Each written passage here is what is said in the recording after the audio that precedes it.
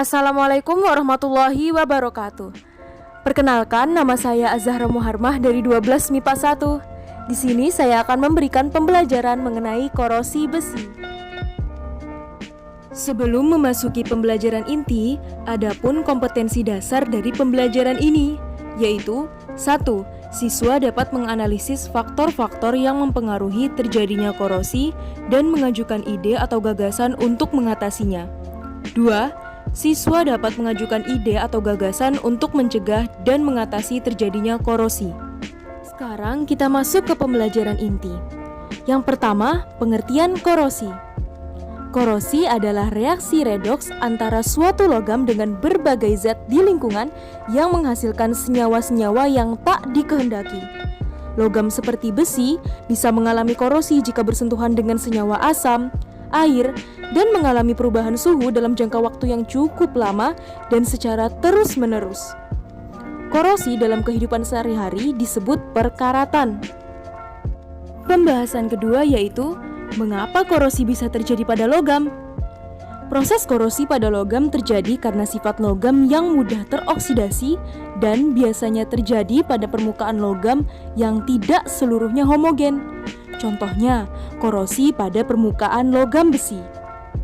Lalu, bagaimana proses terjadinya korosi besi ya? Proses terjadinya korosi merupakan proses elektrokimia. Elektrokimia adalah proses terjadinya reaksi redoks atau reduksi oksidasi secara spontan. Contohnya, korosi pada besi akan membentuk oksida besi, Fe2O3 dikali X-H2O. Besi akan teroksidasi oleh oksigen dari udara dan akan membentuk korosi. Logam besi teroksidasi sehingga menghasilkan ion Fe2+ dan elektron. Reaksi oksidasi pada logam besi terjadi pada anoda. Selanjutnya, elektron yang dihasilkan akan mengalir menuju katoda yang akan mereduksi oksigen dan ion H+ di udara bebas, sehingga menghasilkan air. Air tersebut lalu bereaksi kembali dengan oksigen dan membentuk OH-. Untuk persamaan reaksi yang berlangsung adalah sebagai berikut. Bisa dilihat, reaksi katode dan anode dapat digabung dengan cara menghilangkan elektronnya.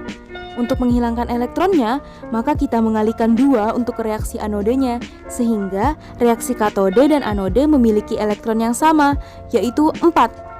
Dan kebetulan, letak elektron dan anode berada di ruas kanan, dan elektron katode berada di sebelah kiri. Maka kita tinggal mencoret atau menghilangkan kedua elektron tersebut. Dan dihasilkan reaksi sel sama dengan 2Fe solid ditambah O2 gas ditambah 2H2O liquid bereaksi menjadi 2Fe2+ aquos ditambah 4OH- aquos dengan E0 sama dengan plus 0,84 volt. Kemudian dari reaksi tadi, Fe2+ aquos akan kembali teroksidasi menjadi Fe2+ aquos bereaksi menjadi Fe3+ aquos ditambah elektron. Dan Fe3+ aquos akan teroksidasi terus-menerus bereaksi dengan O2 gas ditambah H2O liquid yang akan bereaksi nantinya menjadi Fe2O3 dikali X-H2O. Dan inilah yang disebut dengan karat besi. Inilah senyawa yang tidak kita inginkan. Berdasarkan nilai potensial reaksinya, besi merupakan logam yang mudah mengalami korosi. Logam-logam lain yang mempunyai nilai potensial elektroda lebih besar dari 0,4 volt akan sulit mengalami korosi, sebab dengan potensial tersebut akan menghasilkan eoreaksi kurang dari 0 atau negatif ketika kontak dengan oksigen di udara. Logam-logam perak, platina, dan emas mempunyai potensial elektroda lebih besar dari 0,4 volt sehingga sulit mengalami korosi. Bahasan selanjutnya yaitu faktor-faktor yang mempengaruhi korosi. Pertama, air dan kelembapan udara. Air dan kelembapan udara memegang peranan penting pada proses terjadinya korosi. Semakin tinggi kadar uap air di sekitar logam, semakin mudah logam mengalami korosi. Jika logam berada di daerah yang memiliki kadar air rendah, seperti di gurun, proses terjadinya korosi akan berjalan lebih lambat. 2. Elektrolit. Elektrolit merupakan tempat atau media yang menjadi tempat berlangsungnya transfer muatan. Hal itu mengakibatkan oksigen di udara lebih mudah mengikat elektron. Contohnya, air hujan yang bersifat asam dan air laut yang bersifat asin mampu menjadi media pemercepat korosi. Tak heran jika besi-besi yang ada di lingkungan pabrik lebih cepat mengalami korosi karena terkena paparan senyawa asam. 3. Permukaan logam yang tidak rata. Logam yang permukaannya tidak rata akan mudah mengalami korosi. Hal itu diakibatkan oleh terbentuknya kutub-kutub muatan di permukaan logamnya. Kutub muatan tersebut ada yang berperan sebagai anoda dan katoda. Maka dari itu, logam harus selalu dibersihkan dan dalam kondisi yang tetap licin. Permukaan logam yang licin dan bersih akan menyebabkan korosi sulit terjadi, sebab kutub-kutub yang akan bertindak sebagai anoda dan katode sulit terbentuk. 4. Terbentuknya sel elektrokimia atau galvanic coupling.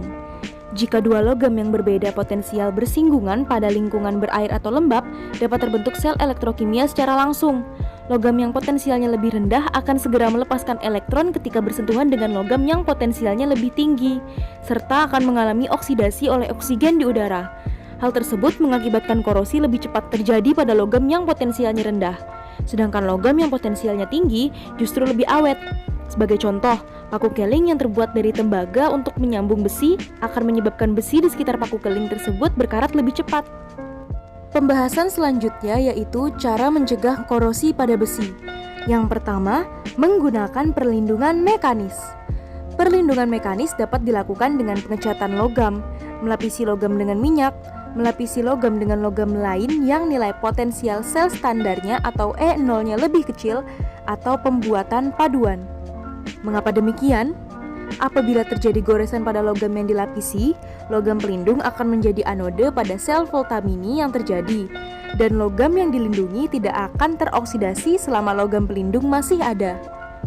Seperti contoh, pada pelapisan timah atau tin plating, timah lebih tahan korosi atau kurang reaktif dibanding besi, di mana potensial reduksi besi lebih negatif, dengan E0 besi sama dengan negatif 0,44 volt dan E0 dari timah sama dengan negatif 0,14 volt. Cara mencegah korosi yang kedua adalah menggunakan perlindungan elektrokimia. Perlindungan ini disebut juga dengan perlindungan katode atau pengorbanan anode. Cara ini dilakukan dengan menghubungkan logam dengan logam pelindung, yaitu logam yang lebih tidak mulia atau E0-nya lebih kecil.